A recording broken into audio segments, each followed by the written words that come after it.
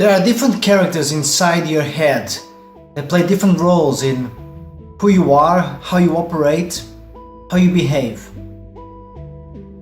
It is fundamental that you understand these characters, that you interact with them, and that you empathize as to why they exist. First and foremost, you have to understand that the reason why you behave differently depending on circumstances and why you even get triggered has nothing to do with you being sensitive or crazy, or like someone told me recently, so if I'm a perfectionist, that means I'm not mentally ill, right? I truly empathize with everyone who thinks they are somewhat dysfunctional. You're actually not. Most of you are perfectly functional, and these characters are actually very adaptive. What you have to understand is that they come from a place of experience. Some of these characters play the role of protective, defensive, offensive, but all of them really are there to make sure that you're safe. One of my characters is the antagonist, the contrarian. So this is a part of me that behaves in a way that keeps me safe from taking chances, starting new relationships, or even starting new hobbies. We have to first understand why that is. The antagonist, some people see that part of themselves as a saboteur, or just someone or a voice that keeps everyone and everything at bay.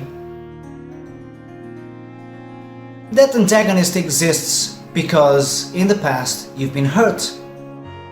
Maybe you took on a new hobby and you felt out of place, like you couldn't do it. Maybe you entered a relationship and you got badly hurt. Or the last time you tried to change careers, you went financially so bad that now you're both scared of taking professional chances, and you might even be scared of spending money on yourself because you have this scarcity syndrome. Now that part of you is not wrong in playing that role. That's perfectly okay. It's its job. So how can you interact with that while still taking chances? Starting new relationships? Taking on new hobbies? Well, you have to have a conversation with that part of you. You have to interact with it. What that means is that whenever it pops up, you have to ask the question, why are you here today? What is it in this situation that makes you feel like we need to walk away? What is it in this situation that makes you feel like you have to say no, without even weighing the possibility that it might be fun? Maybe you're scared that we will look like fools. What if we do? Maybe you're scared that I'm gonna get hurt again. What if I do? You have to have confidence in your strength. Because, hey, you're still here watching this video. So you must have survived. Now it's time to claim some of that power back and soothe your contrarian. Tell that voice that right now you don't need it. Right now you want to take a chance. Right now maybe you even want to embrace the fool.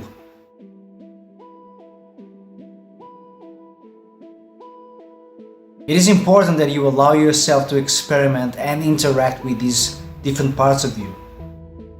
There are many, and we can have conversations with multiple of these at the same time. It is important to understand why they exist, like I said, where they came from, if you can, But more importantly, it's important to empathize with them, understand that they are there to fulfill a certain role. They're trying to protect you, but you are powerful enough to take on new challenges and understand the potential consequences, both positive and negative, because you've grown, you've learned from your experiences, and you don't need a bodyguard. So if you have this part of you in you, talking, keeping people at bay, keeping new professional opportunities at a distance, that's merely because you're scared of not fulfilling those expectations. In a relationship, you want to be loved and love and be a good partner. You're scared that you might not be up to it, that you might not be healed enough yet. That might be true. In the professional realm, you might be scared of success, which is very common. Because success breeds expectations, once again. When it comes to investing in yourself, you might be scared of running out of money again. I get it. But you need to have those conversations with yourself. You need to accept that you've learned your lessons, you've understood what went wrong the last time, you hopefully even journaled about it, you spoke to people about it, maybe even spoke to a therapist about it. You're allowing yourself to move on and grow up. The voices will slowly calm down and give you the space to grow. Good luck.